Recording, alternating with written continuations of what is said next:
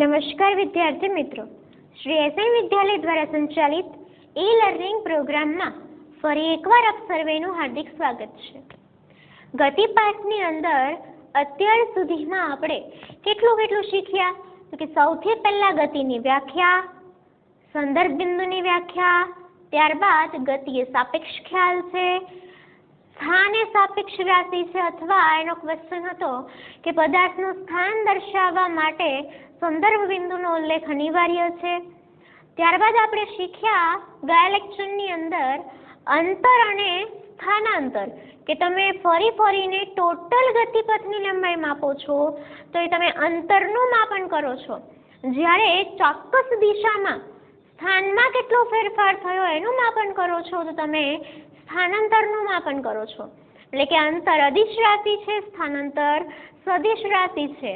અંતર હોય કે સ્થાનાંતર બંનેનું મેઝરમેન્ટ, બંનેને માપવા માટે મીટરનો જ ઉપયોગ થાય છે।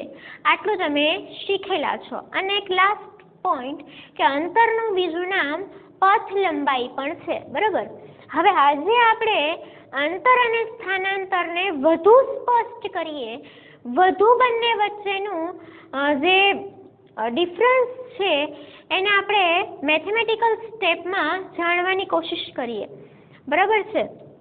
હવે મેં તમને યાદ હોય તો ગયા લેક્ચરમાં લાસ્ટમાં એક વસ્તુ કીધેલી હતી કે પથ લંબાઈ છે એ હંમેશા ધન જ હોય છે, એટલે કે પ્લસમાં જ મળે છે, જ્યારે સ્થાનાંતર ધન પણ હોઈ શકે, ઋણ પણ હોઈ શકે અને શૂન્ય પણ હોઈ શકે। એ વસ્તુને આજે આપણે સાબિત કરવાની છે। એટલે કે તમને ક્વેશ્ચન એવો પૂછાઈ શકે કે પથ લંબાઈ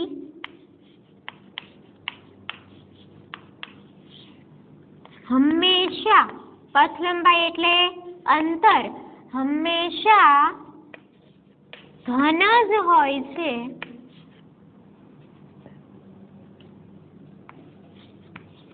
જ્યારે સ્થાનાંતર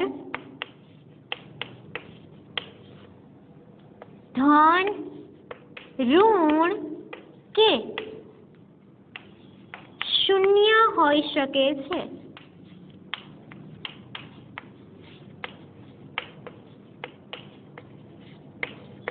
હવે ક્વેશ્ચન એવું પૂછાય કે પથ લંબાઈ હંમેશા ધન જ હોય જ્યારે સ્થાનાંતર ધન, ઋણ કે શૂન્ય હોઈ શકે છે। આ વસ્તુને એક ઉદાહરણ સાથે સમજાવો। હવે જ્યારે આવું પૂછાય ત્યારે આપણે હું તમને જે રીતે સમજાવું એ જ રીતેનો આન્સર લખવાનો થશે। એટલે કે અંદાજિત 4 માર્કનો ક્વેશ્ચન છે, 4 માર્કની અંદર આ પ્રશ્ન પૂછાઈ શકે છે। હવે સૌથી પહેલા એને ઉદાહરણ સહિત આપણે સમજાવવાનું છે, એટલે આપણને ઈઝી પડે એ રીતે આપણે શું કરશું, એક સંખ્યા રેખા દોરશું। સંખ્યા રેખા તો આપણા ગણિતમાં તો ડાબા હાથનો ખેલ છે, છઠ્ઠા ધોરણથી આપણે ભણતા આવીએ છીએ, બરાબર ને। એટલે કે સૌથી પહેલા ઉદાહરણ માટે તમારે એક સંખ્યા રેખા દોરી દેવાની છે। હવે તમે મેથ્સની અંદર આલેખવાળા ચેપ્ટરો ભણી ગયા હશો અથવા તો આલેખ તમને આવડે છે, એટલે તમે એટલું જાણો છો કે ગ્રાફની અંદર જે આ રેખા છે, સમક્ષિતિજ રેખા છે, એને આપણે એક્સ અક્ષ તરીકે જાણીએ છીએ, બરાબર ને। આ બાજુ છે ને આપણે ઋણ એક્સ તરીકે દર્શાવીએ છીએ, જ્યારે આ બાજુ છે એટલે કે ડાબી બાજુ ઋણ દિશા તરીકે અને જમણી બાજુને આપણે ધન દિશા તરીકે દર્શાવીએ છીએ। એટલે કે સંખ્યા રેખામાં અથવા તો આપણા ગ્રાફિક્સ મુજબ આમ પણ મેં વાત કરી કે આપણે ગતિની વાત સુરેખ પથ પર જ કરવાની છે, બરાબર। કે આ આપણો સુરેખ પથ છે, આ ઋણ દિશા છે, આ ધન દિશા છે, અથવા તો અત્યારે મેથેમેટિકલ સ્ટેપ વાત કરીએ એટલે કે ઋણ એક્સ દિશા અને ધન એક્સ દિશા, બરાબર। હવે સંખ્યા રેખામાં આપણને ખબર છે કે 0 મિડલમાં આવે, આપણે ઋણની વાત નથી કરવી એટલે આપણે અહીંથી 0 લઈશું, બાકી વચ્ચોવચ્ચ આપણે 0 લખતા હતા, આ બાજુ બધા પ્લસ ડિજિટ ને આ બાજુ બધા માઇનસ ડિજિટ એવું આપણે લખતા હતા, બરાબર। પણ અત્યારે માઇનસમાં તમને ઘટાડો થશે એટલે પ્લસમાં જ આપણે વાત કરીએ છીએ, એટલે અહીંથી આપણે 0 થી લખવાનું સ્ટાર્ટ કરીએ। હવે 0, 1, 2, 3, 4 એમ લખીએ છીએ, બરાબર। પણ ઘણીવાર આપણા આલેખને ટૂંકો કરવા માટે આપણે શું કરીએ છીએ? મોટા મોટા ગેપ લઈએ છીએ. એ જ રીતે અહીંયા આપણે 5 5 ના ગેપ લેશું, એટલે 0 0 પછી 5 5 પછી 5 નો ગેપ લઈએ એટલે કેટલા આવશે? 10 પછી 15 પછી 20 પછી 25 પછી 30 પછી 35 40 45 આલેખ સમાસે નહીં.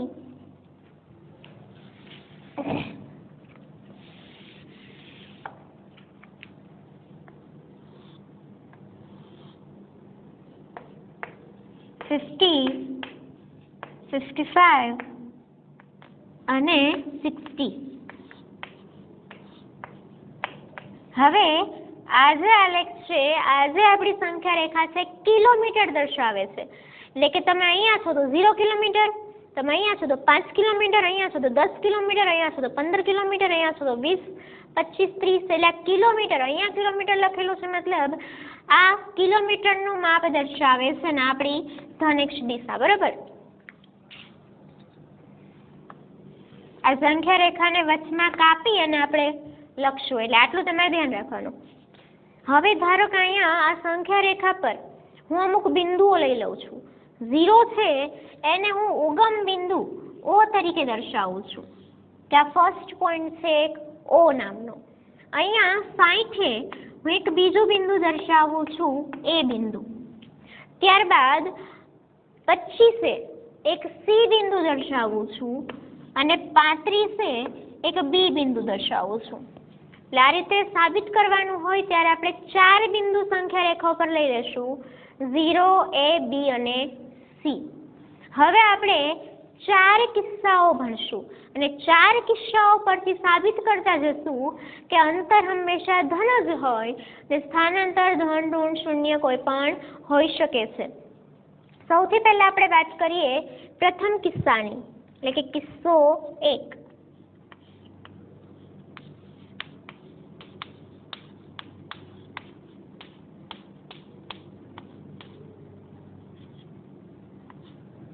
હવે ફર્સ્ટ કિસ્સાની અંદર આપણે ધારી લઈએ કે કોઈ એક પદાર્થ છે, એ પદાર્થ અહીંથી O બિંદુથી ગતિની શરૂઆત કરે છે.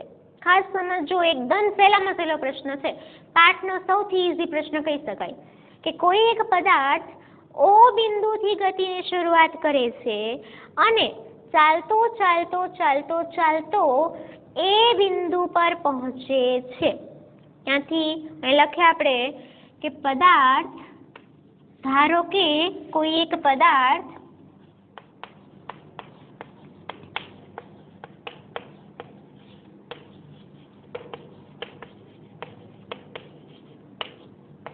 O બિંદુ પરથી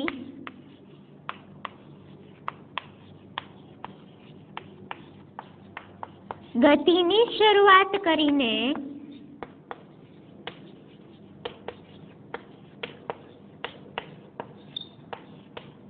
A બિંદુ પર પહોંચે છે.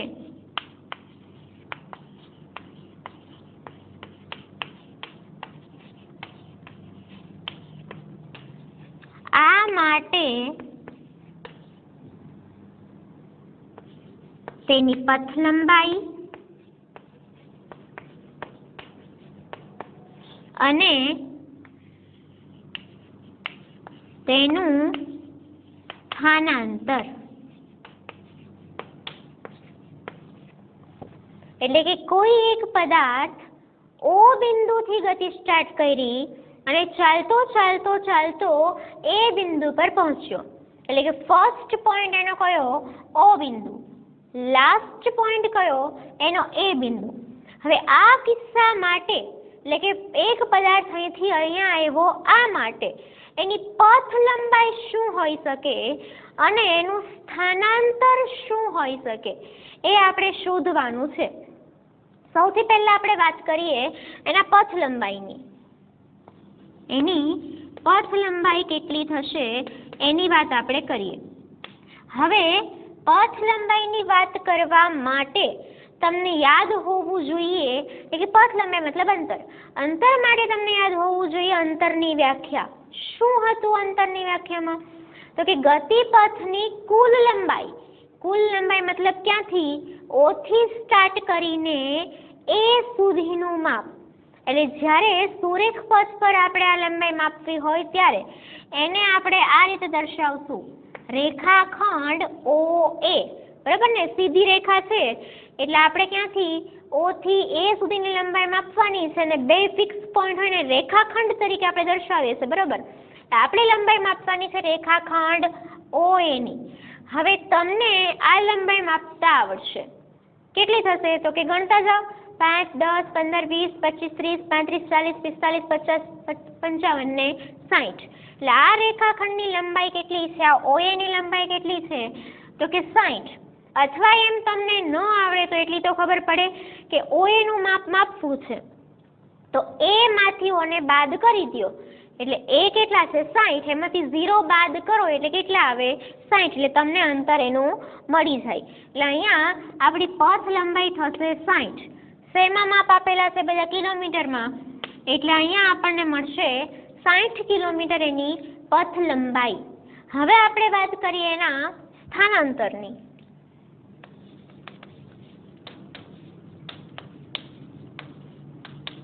હવે સ્થાનાંતર માટે થઈને શું કરવાનું?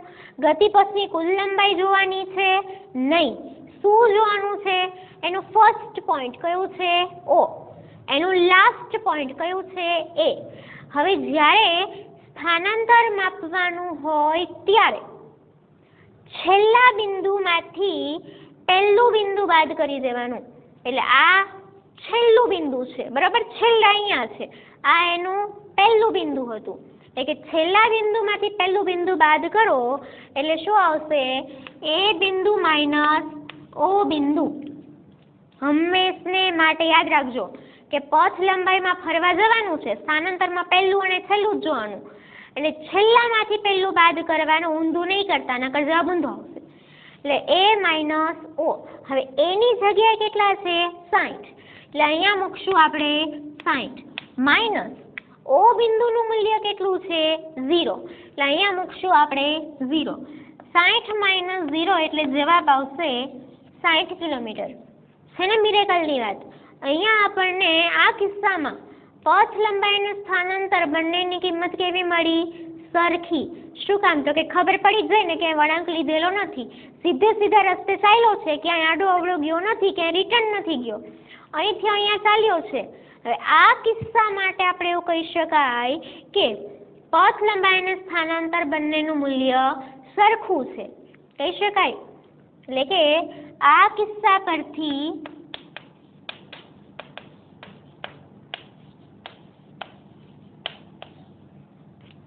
સ્પષ્ટ છે કે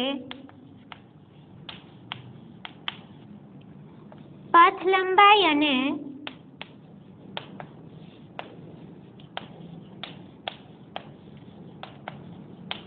સ્થાનાંતરનું મૂલ્ય સમાન છે. જ્યારે સ્થાનાંતર ધન x દિશામાં છે. યાદ છે મેં તમને કીધેલું હતું કે પથ લંબાઈમાં દિશા દર્શાવવાની જરૂર નથી, પણ સ્થાનાંતરમાં દિશા દર્શાવવી ફરજિયાત છે. હવે પદાર્થે સ્થાનાંતર કર્યું એ વાત સાચી, પણ કઈ દિશામાં? તો કે અહીંથી પદાર્થ અહીંયા આવ્યો અને ડાબેથી જમણે આવે છે, મતલબ કઈ દિશા છે? ધન x દિશા. એટલે કે પથ લંબાઈ સ્થાનાંતર બંનેનું મૂલ્ય સરખું છે જ્યારે સ્થાનાંતર ધન x દિશામાં છે. ક્લિયર? હવે આપણે બીજો કિસ્સો લઈએ. બીજા કિસ્સાની વાત કરીએ તો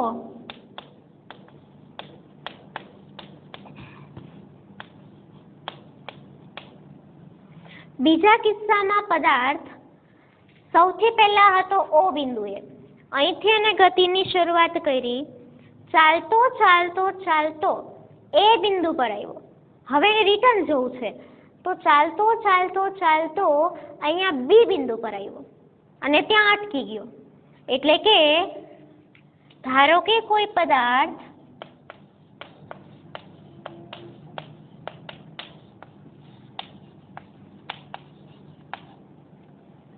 ઓ એ બી માર્ગે ગતિ કરીને ઓ એ બી માર્ગે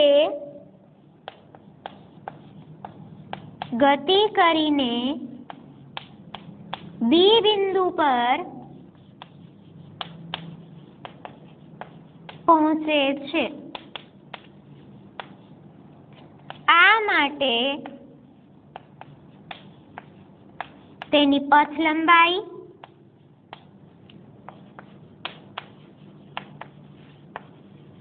અને તેનું સ્થાનાંતર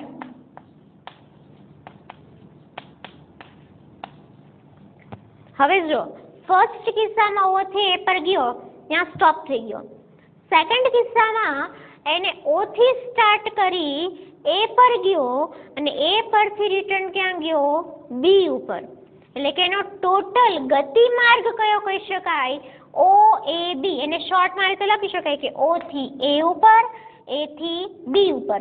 એટલે આ માર્ગે ગતિ કરી અને લાસ્ટમાં એ અત્યારે ઇનિશિયલ પોઈન્ટ ઓ હતો ને અત્યારે એ ક્યાં ઊભો છે બી બિંદુ પર ઊભેલો છે. અને આ કિસ્સા માટે આપણે પથ લંબાઈ અને સ્થાનાંતર બંનેનું માપન કરવાનું છે. સૌથી પહેલા આપણે વાત કરીએ પથ લંબાઈની. પથ લંબાઈ એટલે અંતર, બીજું કાંઈ નહીં, ભૂલી ન જતા હો. હવે અંતરનું માપન કરવાનું તો શું, જ્યાં જ્યાં ગયો છે દરેક જગ્યા આપણે માપવાની છે. એટલે સૌથી પહેલા એ ક્યાંથી ગયો તો ઓ થી એ ઉપર. એટલે સૌથી પહેલા આપણે માપન કોનું કરવું પડશે ઓ થી એ નું. અને એના માટે આપણે લંબાઈ માપશું રેખાખંડ OA. એટલે પહેલા ગયો ઓ થી એ ઉપર એટલે રેખાખંડ OA. પછી એ ઉપરથી ક્યાં ગયો બી ઉપર એટલે પ્લસ એ થી બી નું માપ.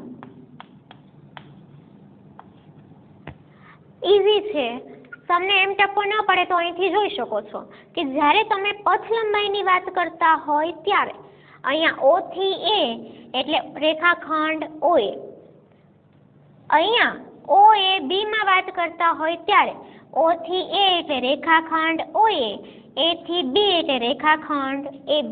એટલે OA નું માપ કેટલું છે એ ગોતવાનું, AB નું માપ કેટલું છે એ શોધી લેવાનું. બંનેનો સરવાળો પણ ક્યારે પથ લંબાઈ હોય તો અને તો જ, સ્થાનાંતરમાં એવું થશે નહીં. હવે અહીંયા ઓ થી એનું માપ આપણે જાણીએ છીએ કેટલું છે 60, તો અહીંયા મૂકી દઈશું 60. હવે એ થી બી નું માપ ધારો કે આપણને ખબર નથી તો શું કરશું, આ ખબર છે આપણું બી બિંદુ, આ ખબર છે આપણું એ બિંદુ. હવે ધારો કે તમને ન આવડે તો વચમાં ગેપ કેટલા છે તો ગણતા આવડે ને, બસ દરેક ગેપ 5 નો છે એટલા માટે જ આપણે આલેખની રીત લીધી કે આપણને આવડે. હવે આ ગેપ કેટલાનો છે 5 એટલે 5, 5 દુ 10, 5 તરી 15, 5 ચોક 20, 5 5 ને 25. એટલે ટોટલ આ બંને વચ્ચેનું ડિફરન્સ, આ બંને વચ્ચેનું ડિસ્ટન્સ કેટલું થશે 25 કિલોમીટર. આ તો ઠીક છે, બાકી તમે એવું પણ કરી શકો છો કે આ એ અને બી વચ્ચેનું માપ તમારે શોધવાનું છે, બરાબર ને? તો 60 માંથી 35 બાદ કરી દો, જે આવે તે તમારો જવાબ. 60 માંથી 35 બાદ કરશો એટલે જવાબ કેટલો આવવાનો છે 25 જ આવવાનો છે. એ તમને જે ઈઝી પડે, ટૂંકમાં એ બી નું માપ જોઈ છે, એ બી વચ્ચેનું ડિસ્ટન્સ આપણે જોઈ છે. એ તમે આવું પણ કરી શકો કે 60 માંથી 35 બાદ કરો તો પણ તમને એ બી નું ડિસ્ટન્સ મળે. એમ ન ફાવે તો વચલા ખાના ગણી લેવાના, 1 2 3 4 ને 5, જેટલા ખાના થાય એને ગેપ કેટલાનો છે 5 નો, તો 5 વડે ગુણી દેવાના. 5 ખાના છે તો 5 5 25, માની લો 4 ખાના હોત તો 5 ચોક 20, 3 હોત તો 5 તરી 15, જેટલાનો ગેપ ગુણ્યા ખાનાની સંખ્યા, એટલે તમને નું માપ મળી જશે. હવે આ સરવાળો તો આપણને આવડશે. 60 અને 25 કેટલા થશે 85 કિલોમીટર.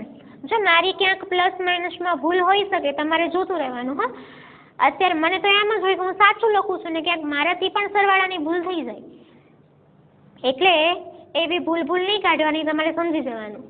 હવે 60 અને 25 85 કિલોમીટર. આ શું આવ્યું એની પથ લંબાઈ.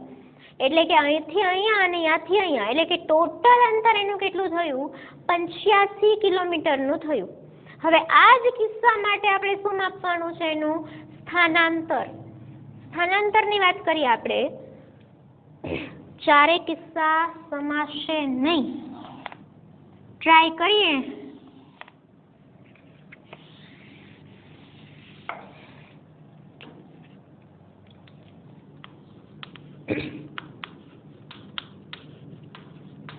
હવે જો મેં તમને કીધું હતું કે જ્યારે પથ લંબાઈની વાત કરતા હોય ત્યારે જ આપણે આ રેખાખંડ અહીંથી અહીંયા કરવાનું છે. સ્થાનાંતરમાં આપણે કેટલું જોવાનું છે? સ્થાનમાં થતો ફેરફાર. પહેલા ક્યાં હતો? અહીંયા. છેલ્લે ક્યાં છે? બી બિંદુ પર. જો છે ને બી બિંદુ પર પહોંચે છે એટલે પહેલા અહીંયા છે ને છેલ્લા અહીંયા છે. સ્થાનાંતર માટે શું કીધું? છેલ્લામાંથી પહેલું બાદ, એટલે બી માઇનસ ઓ.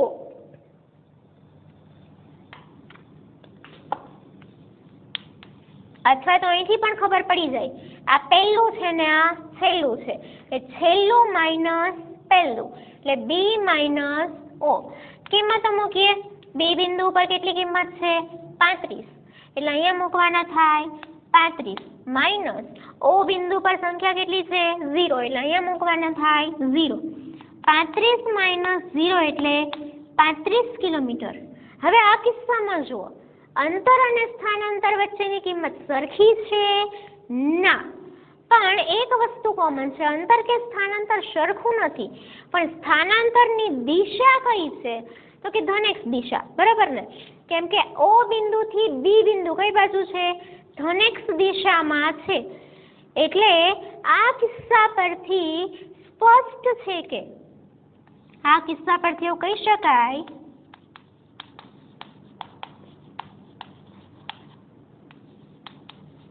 આ કિસ્સા પરથી સ્પષ્ટ છે કે પથ લંબાઈ અને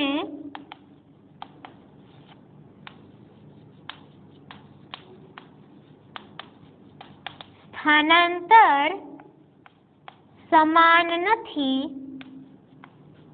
પરંતુ સ્થાનાંતર ધન x દિશામાં છે.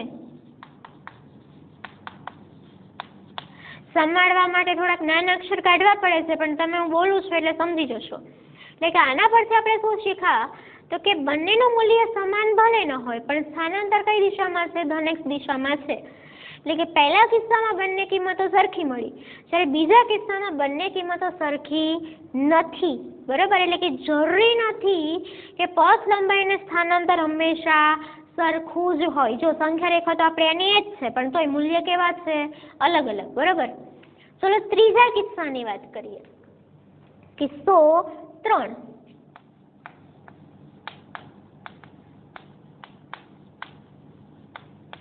હવે ત્રીજા કિસ્સામાં પદાર્થ શું કરશે? તો કે O થી ગતિ સ્ટાર્ટ કરશે, ત્યાંથી પહોંચશે A ઉપર, અને A ઉપર પહોંચ્યા પછી પાછો ક્યાં પહોંચશે? O ઉપર. એટલે કે ધારો કે કોઈ પદાર્થ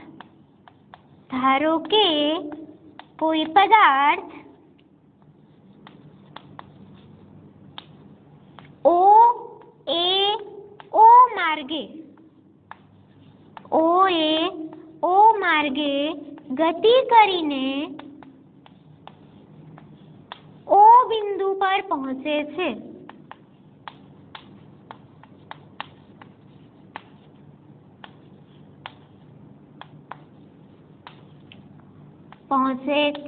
રહી ગયું તો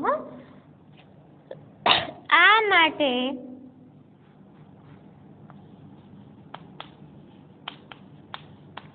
તેની પથ લંબાઈ અને તેનું સ્થાનાંતર. હવે જો ગતિપથ કયો આપ્યો? O થી A થી O. આના માટે થઈને આપણે સૌથી પહેલા ગોતશું એની પથ લંબાઈ. હવે પથ લંબાઈ માટે મેં તમને એક વસ્તુ શીખવી કે ગતિપથની કુલ લંબાઈ એટલે પથ લંબાઈ થાય. સૌથી પહેલા ક્યાં ગયો? O થી A ઉપર, એટલે રેખાખંડ OA પ્લસ ક્યાં ગયો A થી O ઉપર એટલે રેખાખંડ AO. ક્લિયર? જે રીતે અહીંયા હતું OA અને AB એ જ રીતે અહીંયા શું આવશે OA અને AO એટલે કે આ રેખાખંડ પ્લસ આ રેખાખંડ. હવે મૂલ્ય જો O થી A વચ્ચેનું માપ કેટલું છે 60 પ્લસ A થી O વચ્ચે કેટલું છે 60. સરખું જ હોય ને AO હોય કે OA હોય, અંતર છે માટે પ્લસ માઇનસ ને આપણે ધ્યાનમાં લેવાનું છે નહીં. આપણે તો ડિસ્ટન્સ કેટલું છે જોવાનું છે. એટલે 60 પ્લસ 60 કેટલા આવશે 120 કિલોમીટર. એટલે કે આ કિસ્સામાં પથ લંબાઈ કેટલી છે 120 કિલોમીટર. હવે આના માટે આપણે સ્થાનાંતર શોધીએ. હવે સ્થાનાંતર માટે મેં કીધું એમ આપણે કયા રસ્તે ગયો ને શું કર્યું એ જોવાનું નથી. ફર્સ્ટ પોઈન્ટ કયો છે O, લાસ્ટ પોઈન્ટ કયો છે O. હવે સ્થાનાંતર માટે છેલ્લું બિંદુ માઇનસ પહેલું બિંદુ. જો અહીંયા છેલ્લું બિંદુ કયું છે O માઇનસ પહેલું બિંદુ કયું છે O. એટલે કે બંને એક જ છે. O નું માપ કેટલું છે 0. 0 માઇનસ 0 એટલે 0 કિલોમીટર. એટલે કે સ્થાનાંતર આ કિસ્સામાં કેટલું છે 0. એટલે કે પથ લંબાઈ 120 છે જ્યારે સ્થાનાંતર 0 છે. અને 0 હોય ત્યારે દિશા દર્શાવવાની જરૂર હોય જ નહીં. ત્યાં જ છે, નથી ડાબે કે નથી જમણે. એટલે કે આ કિસ્સા પરથી સ્પષ્ટ છે કે પથ લંબાઈ અને સ્થાનાંતર સરખા નથી. પથ લંબાઈ 120 છે જ્યારે સ્થાનાંતર કેટલું છે 0. એટલે અહીંયા લખી શકાય કે આ કિસ્સા પરથી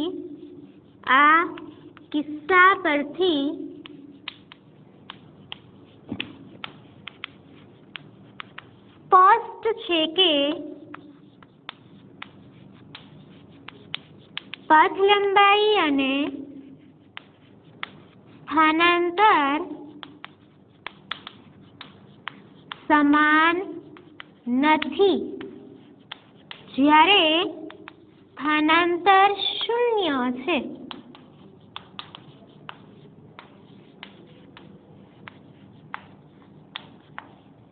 બરાબર. હવે લાસ્ટ કિસ્સા નંબર 4 ખાસ સમજવા જેવો કિસ્સો છે. 3 કિસ્સા અગાઉના એકદમ ઈઝી હતા. હવે ચોથા કિસ્સાની અંદર શું થશે આપણે જોઈએ. અત્યાર સુધી પદાર્થ ગતિની શરૂઆત ક્યાંથી કરતો હતો O બિંદુ પરથી, કે O બિંદુ પરથી A બિંદુ પર ને ત્યાંથી B બિંદુ પર ને પાછો O બિંદુ પર. પણ ચોથા કિસ્સામાં પદાર્થ ગતિની શરૂઆત કરશે B બિંદુ પરથી. બરાબર. અત્યાર સુધી 3 કિસ્સામાં O પરથી શરૂઆત કરી. ચોથા કિસ્સામાં ગતિની શરૂઆત થાય છે B બિંદુથી. હવે B બિંદુથી ને ગતિ સ્ટાર્ટ કરી. સૌથી પહેલા A બિંદુ પર ગયો અને A બિંદુ પરથી પાછો ફરીને ગયો C બિંદુ પર. એટલે કે ધારો કે કોઈ એક પદાર્થ ચોથા કિસ્સાની અંદર આવશે. ધારો કે કોઈ પદાર્થ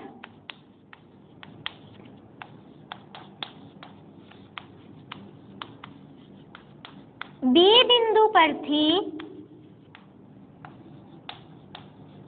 ગતિ શરૂ કરે છે.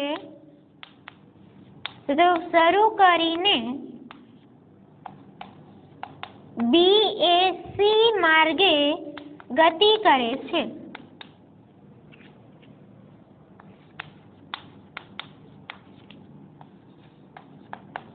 આ માટે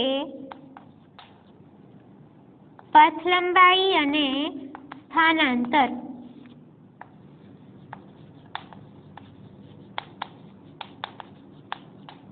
સૌથી પહેલા આપણે પથ લંબાઈની વાત કરીએ. તો પથ લંબાઈ માટે મેં તમને અગાઉ 3 કિસ્સામાં શીખવ્યું. એ જ રીતે ચોથા કિસ્સાની અંદર BAC માર્ગ એટલે કે સૌથી પહેલા ક્યાં ગયો B થી A ઉપર. એટલે શું આવશે રેખાખંડ BA. ત્યારબાદ ક્યાં ગયો A થી C ઉપર. એટલે અહીંયા આવશે રેખાખંડ AC. એટલે કે BA એટલે રેખાખંડ BA અને A પરથી C એટલે રેખાખંડ AC. હવે બંનેની કિંમત મૂકીએ. BA એટલે AB વચ્ચેનું માપ. હવે AB વચ્ચેનું ડિસ્ટન્સ આપણે અગાઉ કેલ્ક્યુલેટ કરેલું છે. આપણને ખબર છે કેટલું છે 25. એટલે અહીંયા આવશે 25 પ્લસ એ પરથી સી ઉપર એટલે કે એ થી સી બિંદુનું માપ. હવે આટલે સુધી 25 છે તો 25 ને 5 30 ને 5 35 અથવા એમ ટપો ન પડે તો એ સી વચ્ચેનું માપ ખાના ગણી લ્યો 1 2 3 4 5 6 ને 7 ગુણ્યા 5 એટલે 7 પંચું ને 35. તો એમ પણ ના ખબર પડે તો 60 માંથી 25 કાઢો કેટલા આવશે 35. એટલે એસી નું માપ કેટલું છે 35. બંનેનો સરવાળો કેટલો થશે કે 0 અને 60 કિલોમીટર બરાબર છે. એટલે કે બી થી એ ઉપર ને એ થી સી ઉપર એ ટોટલ અંતર કેટલું છે એનું 60 કિલોમીટર. હવે આપણે એનું સ્થાનાંતર ગોતીએ. ખાસ બહુ મજા આવે એવો ચોથો કિસ્સો છે. સ્થાનાંતર માટે આપણે શું કરવાનું છે ફર્સ્ટ પોઈન્ટ અને લાસ્ટ પોઈન્ટ. ફર્સ્ટ પોઈન્ટ કયો છે તો કે બી બિંદુ બરાબર આ ઇનિશિયલ પોઈન્ટ છે અને છેલ્લે ક્યાં છે સી બિંદુ પર. સ્થાનાંતર માટે આપણે શું કરીએ છીએ છેલ્લા બિંદુમાંથી પહેલું બિંદુ બાદ કરીએ છીએ. એટલે કે છેલ્લું બિંદુ અહીંયા છે સી પોઈન્ટ અને પહેલું બિંદુ છે બી પોઈન્ટ. હવે જુઓ તો સી નું મૂલ્ય કેટલું છે 25 જ્યારે બી નું મૂલ્ય કેટલું છે 35 એટલે કે 25 માઇનસ 35 સરવાળો બાદબાકી તમને આવડે છે 25 માંથી 35 એટલે જવાબ આવશે -10 કિલોમીટર. હવે વિચાર કરો લંબાઈ આજ સુધી માઇનસમાં ક્યારે તમે જોઈતી નહીં બરોબર ને પણ આપણી રકમ છે કે સ્થાનાંતર 0 હોઈ શકે છે. ક્લિયર. હવે અહીંયા સ્થાનાંતર ઋણ હોઈ શકે છે એટલે કે સ્થાનાંતર ઋણ આવવા પાછળનું કારણ શું છે તો ઋણ નિશાની શું દર્શાવે છે તો કે પદાર્થ ઋણ x દિશા તરફ ગતિ કરે છે. અત્યાર સુધી પદાર્થ ગતિ કઈ કરી ધન x દિશા તરફ. હવે આ કિસ્સામાં જો બી બિંદુ પર હતો અહીંયાથી ક્યાં ગયો સી બિંદુ પર ગયો એટલે કે આ એનું ફર્સ્ટ પોઈન્ટ આ એનું લાસ્ટ પોઈન્ટ. એટલે કે ફર્સ્ટ લોકેશન અને લાસ્ટ લોકેશન તમે જોશો એટલે પદાર્થના સ્થાનમાં ફેરફાર કઈ દિશામાં થયો તો કે જમણેથી ડાબી બાજુ ગયો અને જમણેથી ડાબી બાજુ ગતિ કરી મતલબ એને કઈ દિશામાં ગતિ કરી ઋણ x દિશાની અંદર ગતિ કરી. અને જ્યારે ઋણ x દિશામાં ગતિ કરે છે ત્યારે સ્થાનાંતરનું મૂલ્ય જે ઋણ નિશાની છે શું દર્શાવે છે ઋણ દિશામાં ગતિ દર્શાવે છે. જો કે દાખલા ગણશું તો આપણે આને 10 તરીકે લઈને જ ગણશું -10 તરીકે લઈને નહીં ગણીએ પણ આ -10 દર્શાવે છે શું તો કે પદાર્થ ઋણ દિશામાં ગતિ કરે છે દર્શાવે છે. સ્થાનાંતર ઋણ હોઈ શકે છે આ વસ્તુ દર્શાવે છે. અને આખા ક્વેશ્ચનમાં આપણે આ વસ્તુ શીખવાની હતી. એટલે કે આ પરથી સ્પષ્ટ છે કે આ ચોથા કિસ્સા પરથી સ્પષ્ટ છે કે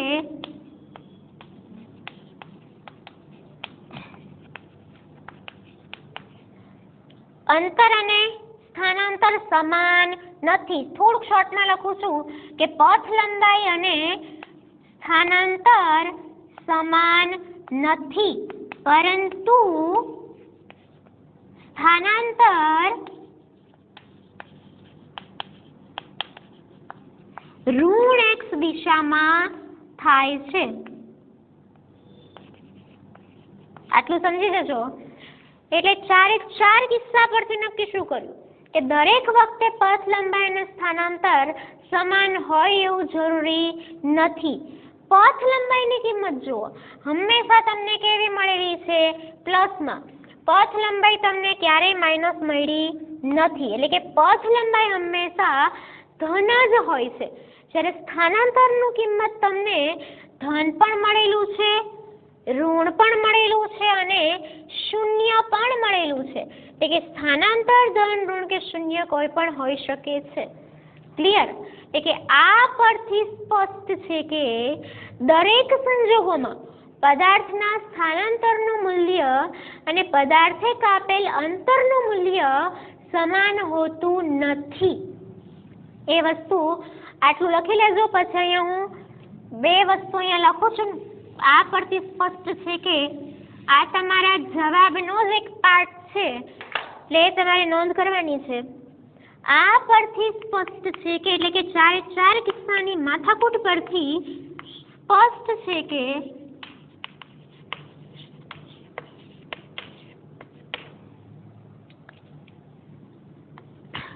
દરેક વખતે પથ લંબાઈ અને સ્થાનાંતરનું મૂલ્ય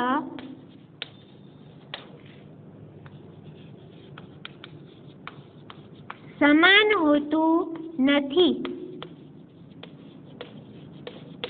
એટલે કે ક્યારેક હોય પણ ખરું, પણ દરેક વખતે જરૂરી નથી કે સમાન જ હોય. ક્યારેક હોય પણ ક્યારેક ન પણ હોય. અને બીજું શું, તો કે પથ લંબાઈ હંમેશા, આપણો ક્વેશ્ચન કે પથ લંબાઈ હંમેશા ધન જ હોય છે જ્યારે સ્થાનાંતર ધન, ઋણ કે શૂન્ય હોઈ શકે છે.